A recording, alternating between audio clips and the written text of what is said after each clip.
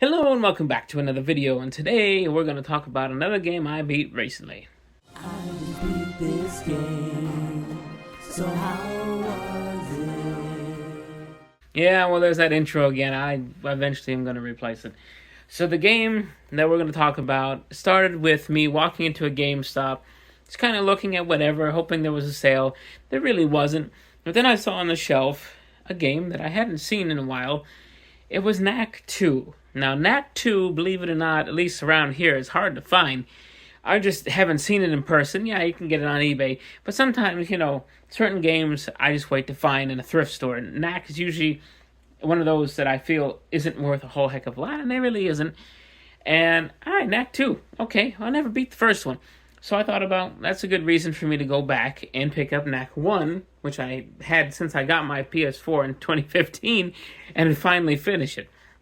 Now, it's not a terribly long game, but it's interesting because it's one of the last new platforming games to have come out, where this was developed entirely by Sony, and they kind of like put in a lot of effort into making this like a new mascot character for them.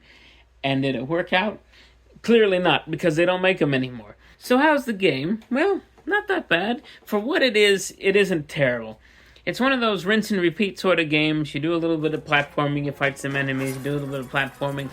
It does feel a little more formulaic, but luckily, it's not terribly long, so it doesn't wear you out to that extent of where you're like, oh, I just wish this would end.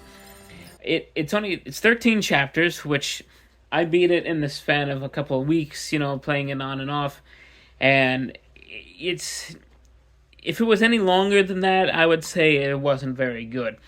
So as it is, I'd rate it somewhere around a 7 out of 10, and it's really just because the game feels like it was a concept that wasn't quite done yet. They'd spent a lot of time on certain aspects, but didn't quite flesh out the game itself. So what I mean about that is, for example, the story is a huge story.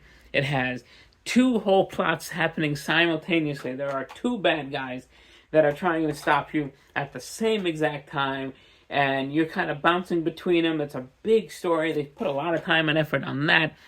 But then the gameplay is just, like I said, you kind of run through an environment, you fight off some bad guys that you can't pass them, you have to beat them, and it opens the gate, and you go through, you do a little platforming, oh, more bad guys in the gate, you beat them, gate comes down, you go through, and that's just the whole game.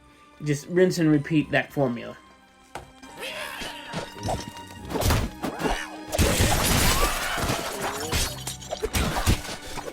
Now, is that at least good? Like, is that good gameplay? I'd say it's decent. Like I said, 7 out of 10. It's not great. It's not bad. And some of it has to do with just the way the game kind of handles itself. So there are times where mostly when you're just doing the platforming parts, you'll go around the corner and the camera will shift, but your controls don't update to where you are. So let's say you're walking straight ahead, all of a sudden it does a 90 degree this way. Well, the controls don't just say, okay, you're still going forward. No, you're still going this way. No matter how you turn the corner like this, it has you going up against the wall, and you have to adjust, which didn't seem to cause much of a problem, but it was kind of annoying. It does mess, because this is a two-player game. It treats the second player as what I call the little sibling mode, where they're there, they can help you, but if they fall off a cliff, who cares? It doesn't really affect you too much. It's one of those things where it doesn't matter too much, and you would hand off the second controller to a younger sibling. Or in my situation, I played through a chunk of the game with my 5-year-old, which she could just, run around. She actually did pretty good. She fought off some of the enemies, but when the difficult enemies came and just annihilated her, and I was like, all right, well, then I do my part of the game. And, it's the second player is kind of like afterthought-ish. The second character even disappears in the cutscenes. So outside of that, the main gameplay, there are some collectibles you can find.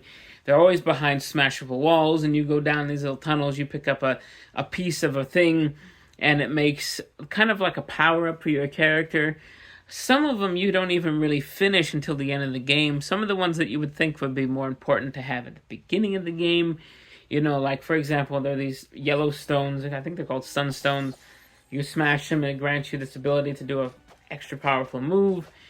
The way to upgrade that meter, you don't get that, even if you had found every piece of everything on the way. You don't get that until like the second to last level.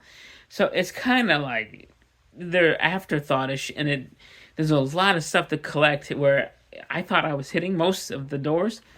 Well, apparently not. Apparently, I missed upwards of 100 doors because there's like these gems that can also power you up, and you have to get like 20 purple ones, 20 red ones, 15 green ones, and I had like one of each by the end. I had almost all the pieces to the power up units, but with the gems, that means I've missed. If I miss 19 out of 20 of this one, 19 out of 20 of that one, 14 out of 15 on that one, I missed a lot of doorways and just didn't realize it. So overall, the game, it's worth checking out. I wouldn't spend a lot on it. I hear Knack 2 is better. I didn't dislike it. The story was actually fairly interesting. It had a plot twist that I guessed pretty early on, but hey, that's besides the point. Still was very fun. I recommend at least playing it somehow. And 7 out of 10. I'll see you in the next one.